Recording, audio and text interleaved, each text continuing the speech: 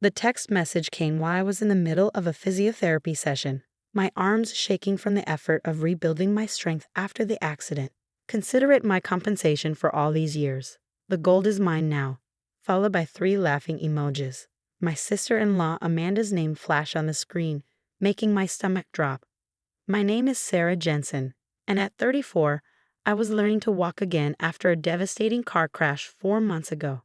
The accident that nearly took my life had also taken my ability to work at our family's security consulting firm, at least temporarily, but nothing could have prepared me for what Amanda had just done. "Everything okay?" my physiotherapist asked, noticing how I'd frozen mid-exercise. "I need to make a call." I managed, my fingers already dialing my husband Michael's number. It went straight to voicemail. Of course it did. He was presenting at a conference in Seattle, probably mid-speech right now. With trembling hands, I called our housekeeper, Maria. She'd been with our family for 20 years, long before I married Michael. "Maria, can you check the safe room? The one behind the library?" There was a pause, followed by the sound of hurried footsteps. "Miss Sarah." Maria's voice cracked. "The door is open. Everything's gone. The family gold collection. Pieces passed down through 4 generations. Carefully curated antique jewelry, coins, and artifacts worth over $900,000. All of it gone. And my sister-in-law had just confessed to taking it through a text message." Another message buzzed through. "You should have seen this coming. Always playing the perfect daughter-in-law, while I got nothing. Well, now I've got something, don't I?" I closed my eyes, remembering the day 3 months ago when Amanda had visited me in the hospital. She'd seemed so concerned, so caring. "Don't worry about anything," she'd said. "Family takes care of family." Now I understood what she'd really meant. "Miss Sarah." Maria's worried voice brought me back to the present. "Should I call the police?" "No," I said firmly, "not yet." What Amanda didn't know, what no one except Michael and I knew, was that the safe room had been upgraded last year. As part of our security consulting work, we'd installed a new system, one that went far beyond simple cameras. I opened my laptop, my fingers flying across the keyboard despite their weakness. The security program loaded, asking for 3 separate passwords. Within moments, I was looking at a comprehensive log of every entry to the safe room over the past 6 months. There it was, today's entry, timestamp 10:47 a.m. But it wasn't just video footage. The new system recorded everything: heat signatures, weight measurements from the pressure-sensitive floor, even chemical traces from anything that touched the safe surface. I watched as Amanda entered the code, the one she must have gotten from Michael's mother, who still thought her daughter could do no wrong. The footage showed her methodically emptying the safe, her movements precise, practiced. She planned this. But then she did something unexpected. She made a phone call. Thanks to the room's advanced audio recording system, I could hear every word. "It's done. I've got it all. Meet me at the usual place in an hour. The buyer's ready, right?" A male voice responded, one I recognized with a chill. James Cooper, Amanda's ex-boyfriend, and a known fence for stolen goods. "Everything's set, just like we planned. They'll never know what hit them." I sat back, my physical therapy forgotten. Amanda wasn't just stealing family heirlooms out of spite or greed. This was a calculated heist, planned while I was at my most vulnerable. My phone buzzed again. This time it was a photo from Amanda. She was holding her great-grandmother's ruby necklace, the centerpiece of the collection. "Always wanted this. Guess being the perfect sister-in-law doesn't protect your precious treasures after all." I smiled, despite everything. Amanda had no idea that each piece in that collection had been marked with microscopic trackers last year, another upgrade we'd implemented. Every movement, every location was being logged in real time. I opened another program on my laptop. Little dots appeared on the map, showing the exact location of each piece. They were all moving, heading toward the industrial district on the outskirts of town. "Maria," I said, my voice steady now. "Please help me to my car." "But Miss Sarah, your therapy, you're not supposed to be driving yet." I gripped the parallel bars, pulling myself up with determination. Sometimes we have to do things we're not supposed to, and right now, I need to show my dear sister-in-law exactly who she's dealing with. As Maria helped me to the car, I made 2 calls. The first was to Detective Rivera, an old friend from our security consulting days. The second was to our company's rapid response team. Just monitor for now, I instructed them. I want to see exactly what they're planning before we move. Another text from Amanda flashed on my screen. By the time you figure out what happened, these pretty trinkets will be long gone. Consider it the price of looking down on me all these years. I didn't respond. Instead, I watched the tracking dots on my phone's screen, all converging on an abandoned warehouse. Amanda thought she was so clever, but she just walked into her own trap. Sometimes the perfect daughter-in-law has a few tricks of her own. The car purred to life under my hands. My legs were shaky, but my mind was clear. Amanda was about to learn a valuable lesson about underestimating family, especially family in the security business. "Miss Sarah," Maria said from the passenger seat, her voice worried. "What are you going to do?" I smiled, watching the tracking dots blink steadily on my phone. "I'm going to give my sister-in-law exactly what she deserves, the surprise of her life." The warehouse district loomed ahead, a maze of abandoned buildings and forgotten dreams. My legs trembled against the pedals, but years of security training had taught me how to push through pain. I parked 2 blocks away, keeping the engine running. "Miss Sarah," Maria whispered, "let me call Mr. Michael. You shouldn't be doing this alone." I checked my phone's screen. The tracking dots were stationary now, all clustered inside Warehouse 17. Through the security company's app, I could see our response team taking positions around the perimeter, silent and invisible. "I'm not alone," I assured her. "And Michael's presentation is crucial for the company." Besides, I added, pulling up the live security feed on my tablet, "Amanda needs to learn that I'm not just Michael's invalid wife." The warehouse's security cameras, supposedly defunct, sprang to life on my screen. Our team had activated them remotely 20 minutes ago. Inside, I could see Amanda and James Cooper talking to 3 men I didn't recognize. The family gold was laid out on a folding table, glinting under the harsh fluorescent lights. $2 million, cash, James was saying. "That's more than fair for the lot." One of the men picked up great-grandmother's ruby necklace, examining it closely. "These pieces are well known. They'll need to be broken down, recut. That takes time, expertise." "That's your problem," Amanda snapped. "I did my part. I got you the gold, now pay up." I smiled grimly. The audio was crystal clear, another upgrade they didn't know about. Every word was being recorded, transmitted directly to Detective Rivera. My phone buzzed. Another text from Amanda. "Missing something. Don't worry, I'm putting our family treasures to better use than gathering dust in your precious safe room." I didn't reply. Instead, I watched as one of the buyers opened a briefcase. Stacks of cash spilled out, and Amanda's eyes lit up with naked greed. "Maria," I said quietly, "I need you to drive the car around to the south entrance. Park it right by the loading dock, but stay inside." "Miss Sarah, please. Trust me," I squeezed her hand. "I know exactly what I'm doing." As Maria slid into the driver's seat, I activated my earpiece. "Key in position." "Affirmative," came the response. "Detective Rivera's units are standing by. We've got eyes on 5 subjects, no visible weapons. You're called, Mrs. Jensen."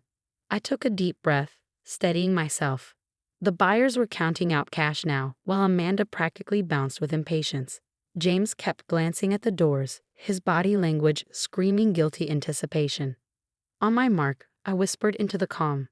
"Standard containment protocol. No one leaves." I pulled out my phone one last time, opening the warehouse's environmental controls, another system we'd quietly taken over in the past hour. With a few taps, I activated the emergency protocols. Inside the warehouse, chaos erupted. The sprinkler system burst to life, drenching everyone. Simultaneously, the emergency doors slammed shut with pneumatic hisses, their magnetic locks engaging. The lights went out, replaced by the harsh red glow of emergency beacons. Through my tablet's infrared feed, I watched Amanda spin in panic. "What's happening?" "James.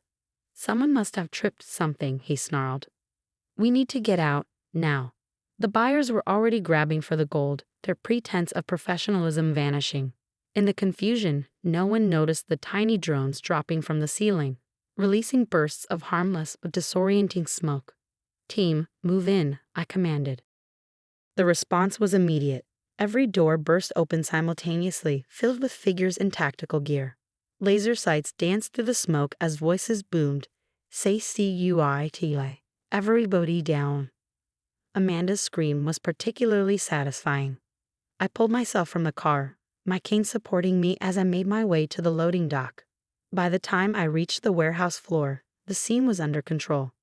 The buyers were face down and cuffed, while James thrashed uselessly against his restraints. And there was Amanda kneeling in a puddle of sprinkler water, her designer outfit ruined.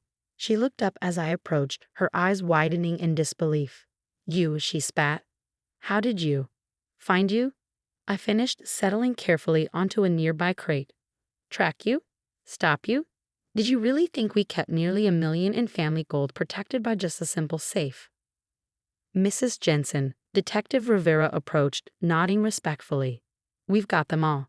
The buyers are known art thieves. We've been after them for months. This is quite a catch. The gold? I asked. All accounted for. Not a single piece missing. He smiled. Those trackers of yours make our job much easier. Amanda's face had gone from shock to calculating. Sarah, listen. This is all a misunderstanding. I was going to surprise you. Yes, I was planning to sell these old pieces and buy you something new, something more modern. Save it, I cut her off. We have you on video, on audio, and in person. Conspiracy, theft, attempting to fence stolen goods. Shall I go on? You can't do this to me, she hissed. I'm family. Family? I leaned forward.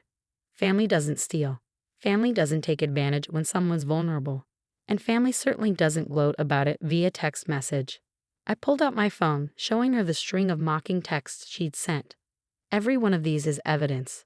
Every laugh, every taunt, every moment of your satisfaction at betraying us. All of it documented. My mother will never believe this. Amanda tried one last angle. She'll never accept that her daughter is a thief. I finished. She might not have a choice. Especially since you were caught on camera entering the code she gave you.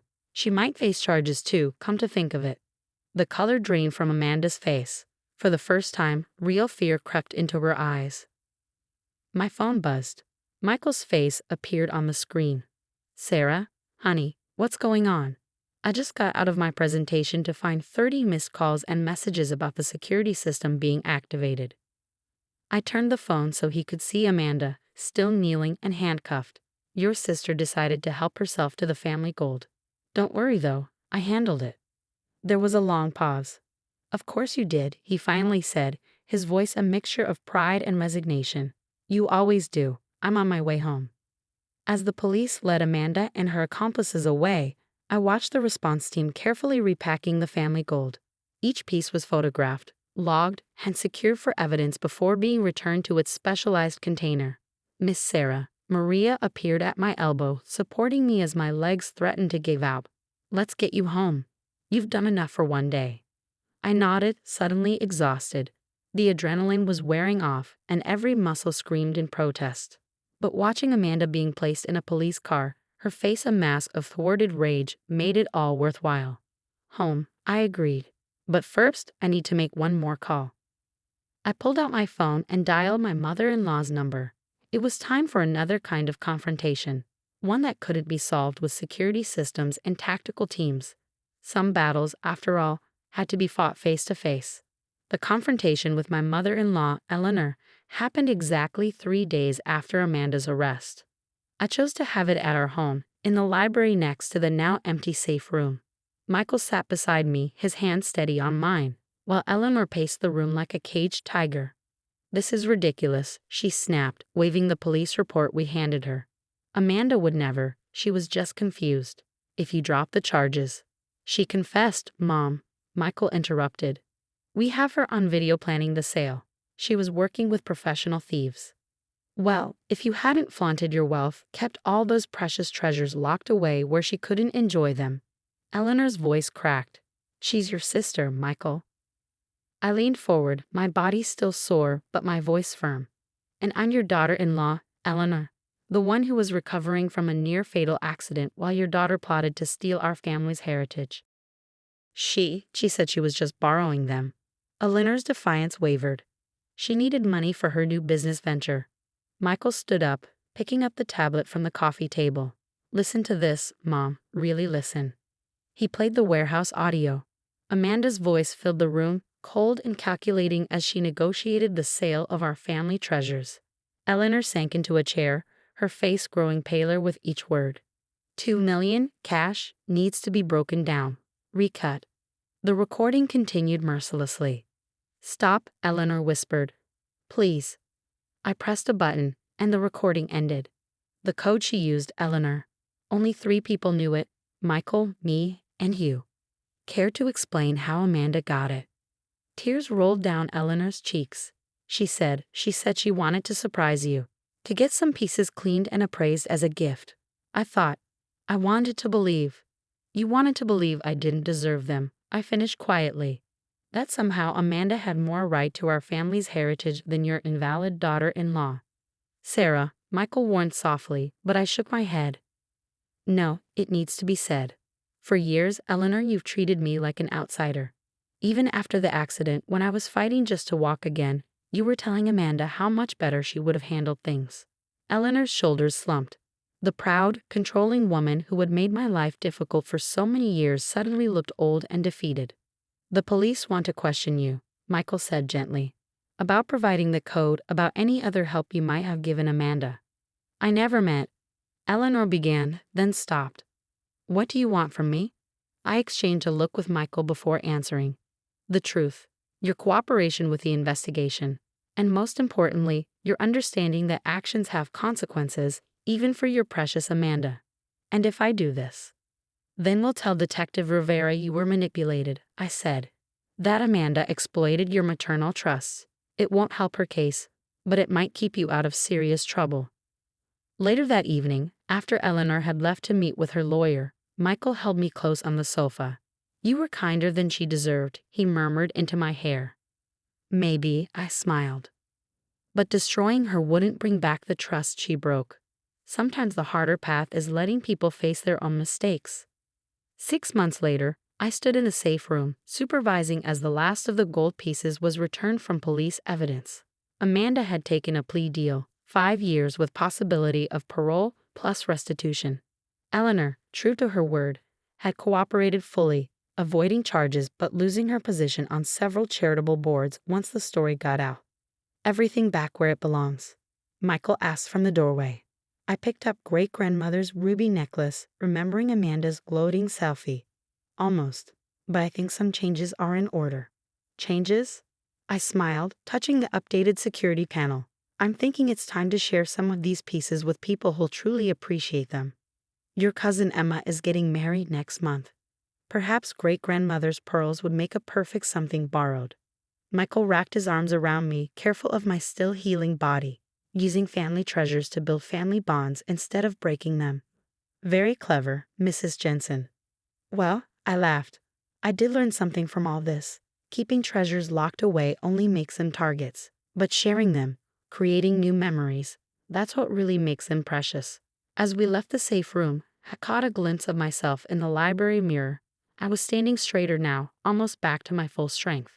The accident had nearly broken me, and Amanda had tried to take advantage of that weakness. Instead, she'd only proved how strong I really was. The security panel blinked green as the door sealed behind us, protecting our family's heritage until the next generation was ready to share its story. Some treasures, after all, are worth more than their weight in gold. Like the knowledge that you're stronger than anyone suspected, especially those who should have known better.